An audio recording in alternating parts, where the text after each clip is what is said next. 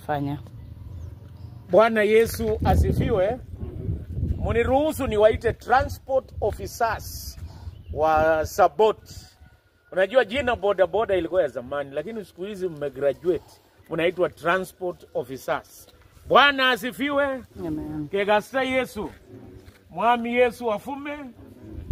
Neno moja nataka niseme katika Zaburi ya 73 na mstari wa 28. Biblia inasema maneno haya. Kwangu mimi, sijui kwako, kwangu mimi ni vizuri kuwa karibu na Mungu. Nimemfanya Bwana kuwa kimbilio langu, na nitayahubiri matendo yake yote. Hii dunia ambao tunaishi, wengi wamefaulu na wengi hawajafaulu. Kwa nini? Ni kwa sababu wamekuwa karibu na nini au na nani. Wale ambao wamekuwa karibu na pombe, maje, alafu inaitwaje, nguli, nende kama lua. Wale ambao wamekuwa karibu na pombe hawajafaulu.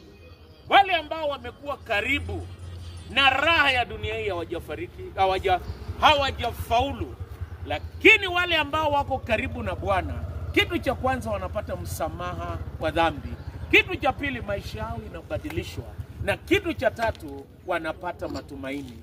Kwa hii dunia, endesha pikipiki ukiwa karibu na Bwana na utafaulu.